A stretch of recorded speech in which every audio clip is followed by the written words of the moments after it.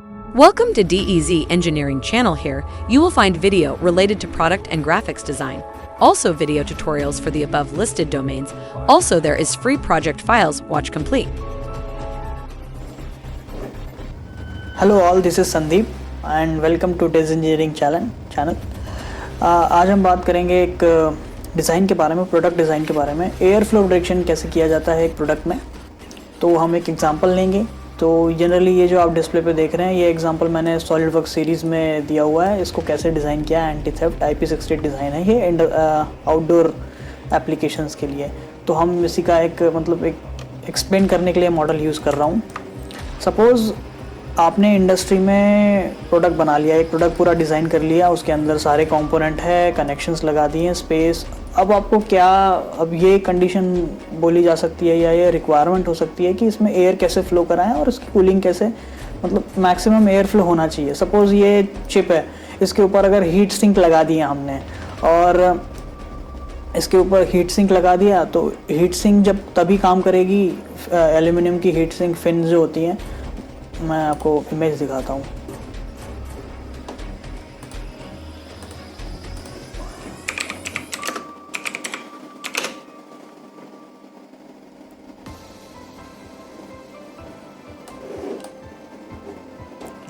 तो ये heat sink होती है।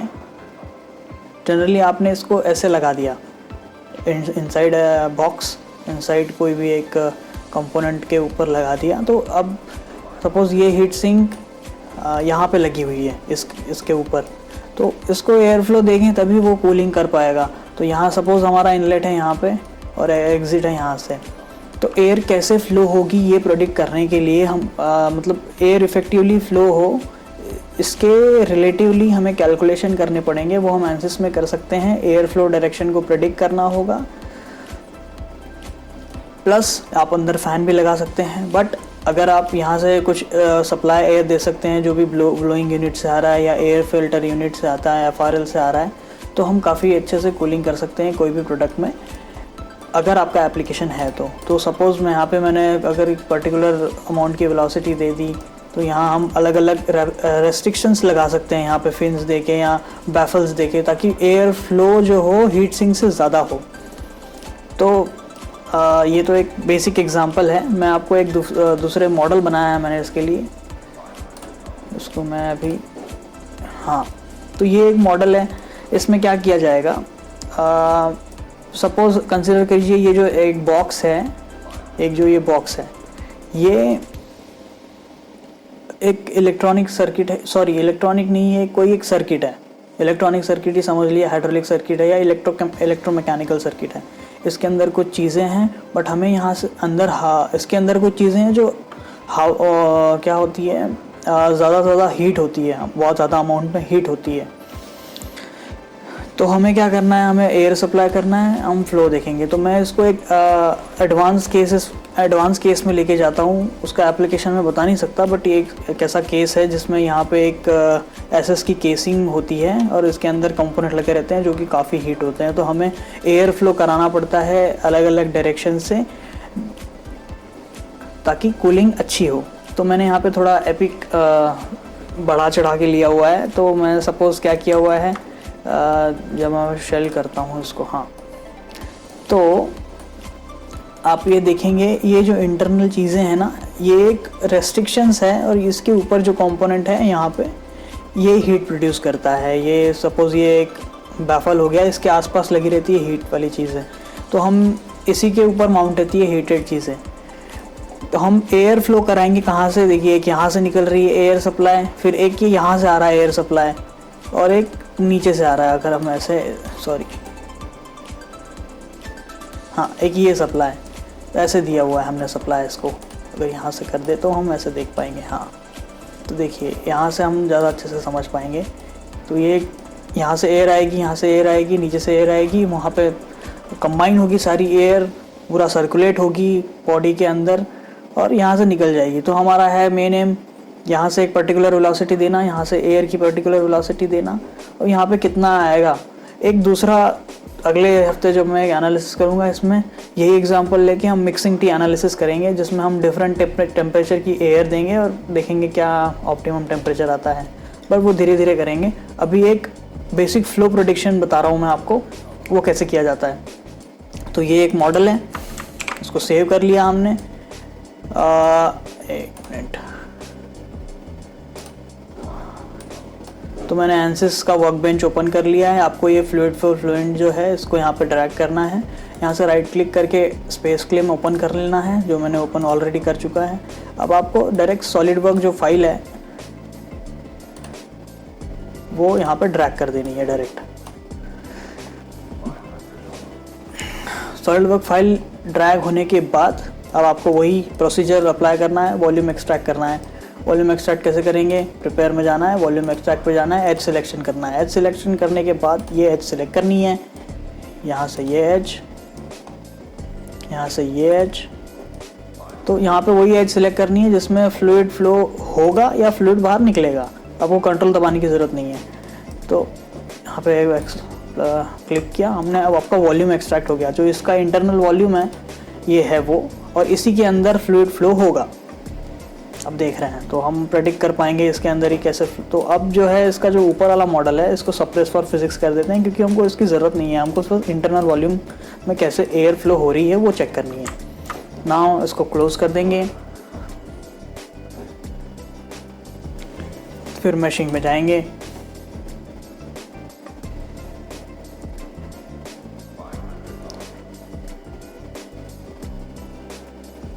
सिमिलर प्रोसेसर बैक जैसे हमने पहले किया हुआ था, बट यहाँ पे एक एप्लीकेशन का एडवांसमेंट ये है कि इंडस्ट्रियल प्रोडक्ट डिज़ाइन में कैसे किया जाता है डिफरेंट इनलेट्स को लेके। ये भी एक ऑप्शन हो सकता है, बहुत से इंडस्ट्री में यूज़ होता है, तो मैं आपको एक्सप्लेन कर रहा हूँ। तो आप रेफ़र करेंगे किसी को जो इस फील्ड में काम करता है तो उसके लिए काफ़ी अच्छा होगा।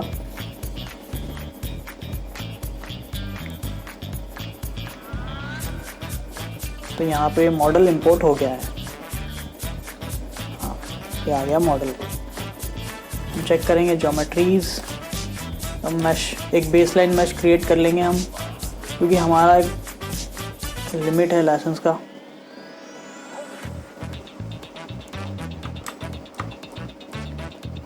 तो इन्होंने काफ़ी ठीक मैश जनरेट कर दी है। आप इसके साइज़ रिफाइन कर सकते हैं, बट अभी आपको डेमोन्स्ट्रेट करने के लिए ये साइज़ ठीक है। मैं जाता हूँ वॉल्यूम पे। अब मैं ज्योमेट्री, इसको सिलेक्ट करना है, एन टाइप करना है, इनलेट 1, ताकि हम जब डिफाइन करें तो हम CFD पोस्ट में हमको इजी रहे। एन टाइप करके इनलेट 2, यहाँ पे एन टाइप करके इनलेट 3, और यहाँ पे आउटलेट सिर्फ 1 है।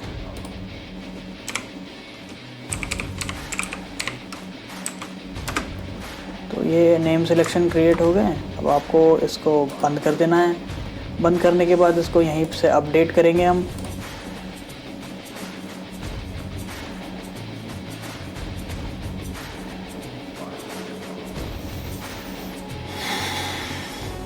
अपडेट करने के बाद हम सेटअप पे जाएंगे। सेटअप पे हम 4 कोर यूज़ करने वाले हैं डबल प्रिसीजन के साथ।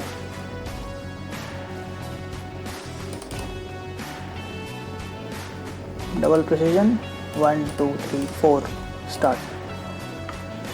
तो ये फ्लुएंट अभी ऐप खुलेगा, सारे नेम सिलेक्शन के साथ वो पर्टिकुलर क्राइटेरिया क्रिएट करता है। जो इनलेट को है वो ग्रीन मानता है और आउटलेट को वो रेड मानता है। तो यहीं पे ग्राफिकल रिप्रेजेंटेशन आएगा उसका।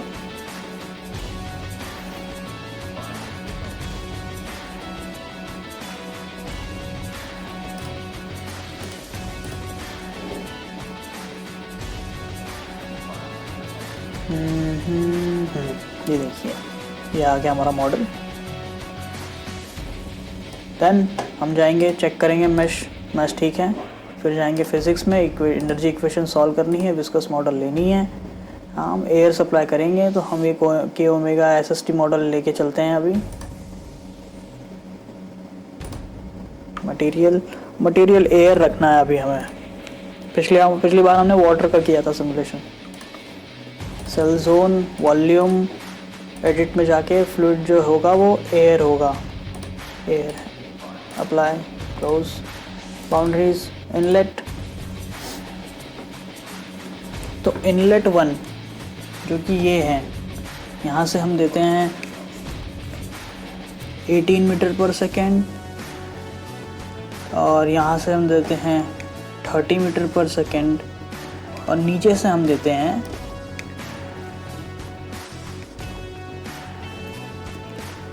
22 मीटर पर सेकेंड। तो यहाँ पे इनलेट 1, एडिट, इनलेट 1 देना है हमको 18 मीटर पर second. Apply and close, thermal property वही नॉर्मल टेम्परेचर कंडीशन है। इनलेट 2, एडिट, यहाँ पे हम देंगे 30 मीटर पर सेकेंड। इनलेट 3 यहाँ पे दिया जाएगा 22 मीटर पर सेकेंड। तो आप ये सेटिंग्स चेक कर लो, मैं बार बार करते रहता हूँ इसलिए सेटिंग्स कांस्टेंट हो गई है मेरे पास, लेकिन आपके सॉफ्टवेयर में ये चेंज भी हो सकती है। यहाँ पे 0, अप्लाई एंड क्लोज। जैसे यहाँ पे आउटलेट पे गेज प्रेशर आपका बहुत टाइम पे जब आप नया सॉफ्टवेयर यूज़ करेंगे तो अब मेरा ऑटोमेटिक 0 रहता है, क्योंकि काफ़ी प्रॉब्लम मैंने सॉल्व कर ली है इस टाइप के। अब वो सेल्फ लर्निंग भी होती है इसके एल्गोरिदम की, तो वो ले रहा है क्लोज, बट मैं हमेशा चेक करता रहता हूँ। तो ये सारी चीज़ें हो गई हैं। यूज़र डिफाइंड पैरामीटर्स सॉल्यूशन में इनिशियलाइज कर देंगे इसको, हाइब्रिड इनिशियलाइजेशन, ये हाइब्रिड इनिशियलाइजेशन डन। नाउ हम करेंगे एक सॉल्यूशन एनिमेशन क्रिएट कर देते हैं इसका। आफ्टर ईच इटरेशन लेना है, पहले कॉन्टूर सिलेक्ट करते हैं। रिजल्ट्स में जाके contour, new, velocity, magnitude on volume, सभी सिलेक्ट कर लेते हैं।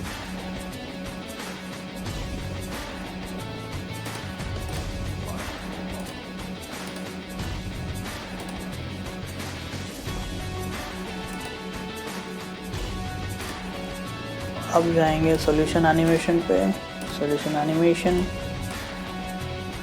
रिकॉर्ड एवरी 1 इटरेशन,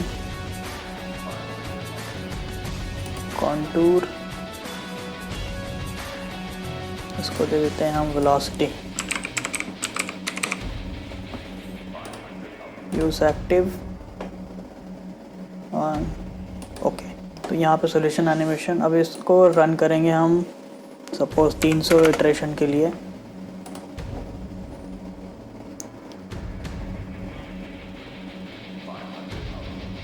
तो अब ये रेसिड्यूल्स कैलकुलेशन चलेंगे यहाँ पे कुछ देर तक।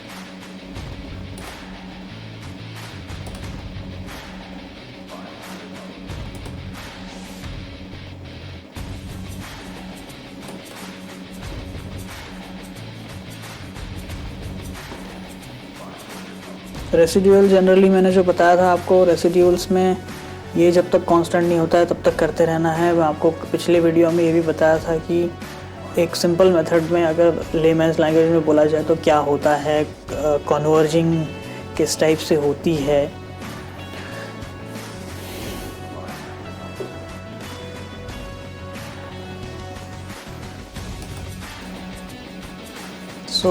कैलकुलेशन अभी चलने दिया था मैंने 300 इटरेशन के लिए, वो चल चुका है, कैलकुलेशन कंप्लीट हो चुका है। अब हम उसको बंद कर देते, उसको बंद नहीं भी किया तो हम चलता है। हम CFD पोस्ट के रिज़ल्ट चेक कर लेते हैं, क्या एनालिसिस, कैसे एनालाइज करें कि कैसा कैसा फ्लो है। हम वही यूज़ करेंगे, स्ट्रीमलाइन यूज़ करते हैं, वॉल्यूम रेंडरिंग यूज़ कर लेंगे।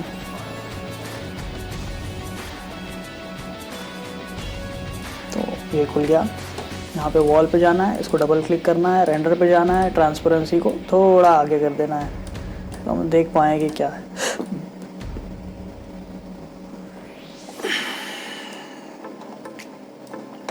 अब जाते हैं स्ट्रीमलाइन पे, चले जाते हैं, स्ट्रीमलाइन चेक करते हैं। देखेंगे फ्रॉम इनलेट 1, अप्लाई।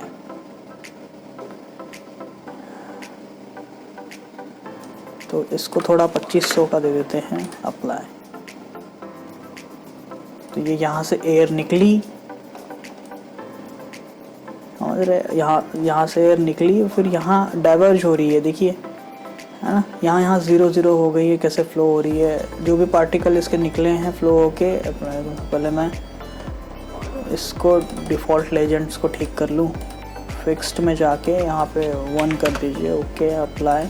ये वेलोसिटी ठीक हो जाएगी उससे आपकी। तो टोटल यहाँ पे आ रही इतनी है, लेकिन ये कंबाइन करके हैं, तो आपको 3 स्ट्रीमलाइंस लेनी पड़ेगी। यहाँ पे आपको रिजल्ट चेक करने हैं तो 3 स्ट्रीमलाइंस। एक पहले इनलेट इसके लिए, अब मैंने इनलेट 2 के लिए ले लेते हैं। इनलेट 2 के लिए एक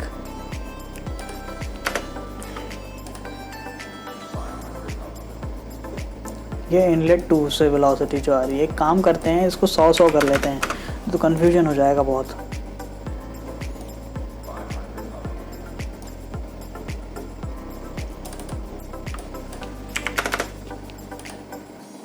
हाँ, और एक स्ट्रीमलाइन लेता हूँ, उसमें मैं इनलेट 3 से दे देता हूँ, वो भी 100, मतलब नीचे से। तो अब देखिए आप कैसे यहाँ पे, अगर हम स्ट्रीमलाइन 1 और 2 को बंद कर दें तो ये क्या हो रहा है इसमें, यहाँ से फ्लो चला, फ्लो यहाँ से जा रहा है, लेकिन वो ऊपर स्ट्राइक नहीं कर रहा। क्यों स्ट्राइक नहीं कर रहा? क्योंकि स्ट्रीमलाइन 2 का जो फ्लो है वो यहाँ से उसको दबा दे रहा है। यहाँ की एयर वेलोसिटी कितनी है, यहाँ की 3 में दी थी 22 मीटर पर सेकंड की वेलोसिटी दी थी, तो 22 मीटर पर सेकंड की वेलोसिटी, और नीचे मैंने इनलेट 3 की जो वेलोसिटी, इनलेट 3 ये है 22 मीटर पर सेकंड, और इनलेट 2 में जो है वो है 30 मीटर पर सेकंड की वेलोसिटी है इनलेट 2 पे। इसलिए वो जो 22 मीटर पर सेकंड की वेलोसिटी की एयर को जो है वो डाइवर्ट कर दे रहा है यहाँ पे। तो इस तरह से एनालाइज करना है, डाइवर्ट कर दे रहा था, तो यहाँ इसकी वेलोसिटी इस फ्लो को यहाँ पे डाइवर्ज कर दे रही है। इसलिए यही जब आप इनलेट 2 को बंद कर देंगे तो ये ऐसा जाके टर्न हो गया, प्लस यहाँ पे प्लस होके जो भी तीनों की जो वेलोसिटी है। अब इनलेट 1 को ऑन करता हूँ, देखते हैं क्या होता है। इनलेट 1 में क्या हो रहा है, यहाँ से एयर निकली, यहाँ से 30 मीटर पर सेकंड की, यहाँ से 18 मीटर पर सेकंड की वेलोसिटी निकली, और यहाँ से 30 मीटर पर सेकंड की आ रही है। तो इन दोनों ने देखिए यहाँ पे किस टाइप का टर्बुलेंस क्रिएट कर दिया है।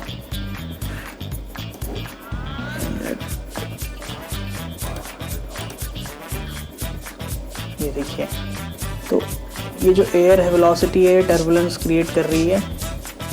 अब यहाँ से क्या प्रोडिक्ट करने मिलता है कि पीछे तो जा ही नहीं रही है, तो हमें इसका पोजीशन थोड़ा पीछे करना पड़ेगा। तो इस तरह से एनालाइज करते हैं हम। तो इस टाइप के जो प्रॉब्लम होते हैं ये इंडस्ट्रियल एप्लीकेशन में बहुत यूज़ होंगे, और इसे मैनुअली कैलकुलेट करना तो इम्पॉसिबल है। यहाँ पे ये भी पता चल रहा है कि लास्ट में जो वेलोसिटी बन रही है तीनों का मिक्स होके 82 मीटर पर सेकेंड बन रही है। अब 82 मीटर पर सेकेंड वेलोसिटी यहाँ एंड में बन रही है ड्यू टू द ज्योमेट्री। ऐसा नहीं होता कि हम यहाँ पे प्लस कर लें तीनों की वेलोसिटी एंड पे वही आएगी, ऐसा नहीं है, क्योंकि यहाँ पे बहुत सारे ऑब्स्ट्रक्शंस हैं। ये जो ऑब्स्ट्रक्शंस दिए हैं मैंने, ये काम कर रहे हैं, यहाँ पे ऑब्स्ट्रक्ट हो रहे हैं। जैसे इसमें इसका ये वाला फ्लो डाइवर्ट होके इधर चला गया,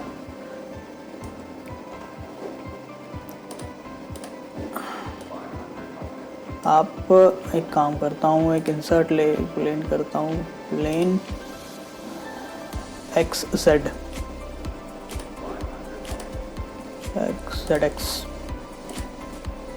यहाँ बीच में एक मैंने प्लेन ले लिया है। अब देखते हैं यहाँ पे इस प्लेन को रेंडर करता हूँ मैं वेलोसिटी से कर लेते हैं पहले। तो ये देखिए वेलोसिटी यहाँ पे अप्रॉक्सीमेट 41 मीटर पर सेकेंड हो गई है। ये 30 ही है, बट यहाँ आते आते वो 41 हो गई है, क्योंकि फिर यहाँ से भी हमने 18 मीटर पर सेकेंड दिया था।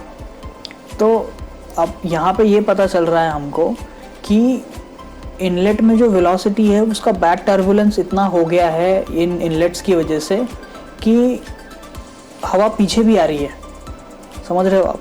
हवा पीछे भी आने की वजह से जो पार्टिकल की वेलोसिटी है, यहाँ पे मैंने 18 दिया था और वहाँ पे 18 की जगह ये यहाँ पे इतना, सॉरी ये थोड़ा 20 के ऊपर थोड़ा आ गया है, तो मोर और लेस सेम ही है।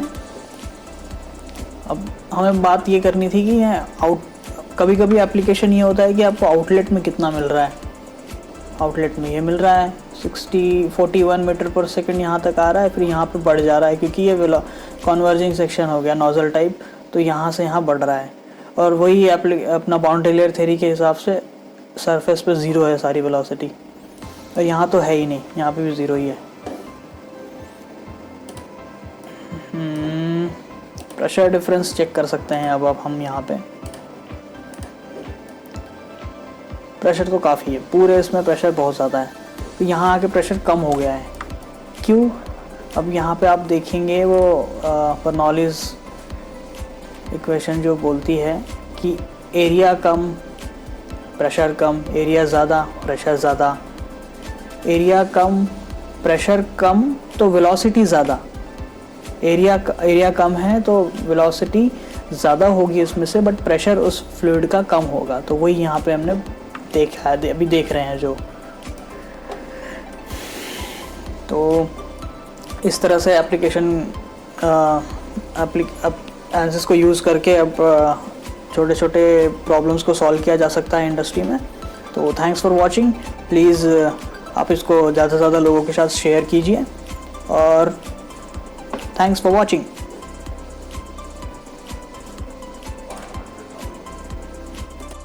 Thanks for supporting the DEZ Engineering. Hope you learned something NEW. Please like, share, and subscribe. And I will get back to you in the next video.